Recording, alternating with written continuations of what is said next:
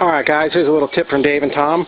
When you've got this many signs to be putting up in an afternoon, you could do it one of two ways. You could use these. Yeah, those suck.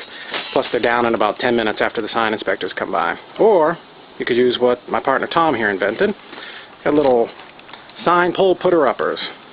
Pretty basic stuff. It's just some 1-inch PVC, 5 foot tall. Make it as tall as you want. Like I said, as you can see, it's somewhere on here. It shows that it's 1-inch PVC. I think we've got these at 5 foot.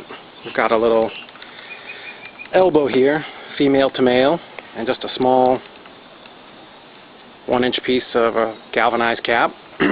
On the other side, the holder, again 5 foot, little slit in it. Yeah, we weren't drinking when we cut that. It's made at a little bit of an angle to put some pressure on the sign, and then we've added a little duct tape there to keep it nice and tight. Tom's going to show you how this works. It's pretty straightforward. Grab one of these signs here. Take it. Put it in the slit. Take your roofing nails, poke in. Walk over. Couldn't be too much more complicated than that.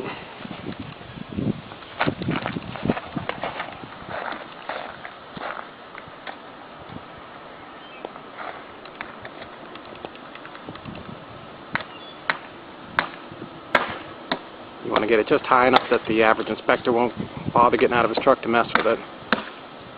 I don't know if it matters once you get about 8 or 10 or 12 foot. At some point they're going to get a ladder, so you only need to put it up so high. But that's it. Pretty easy stuff.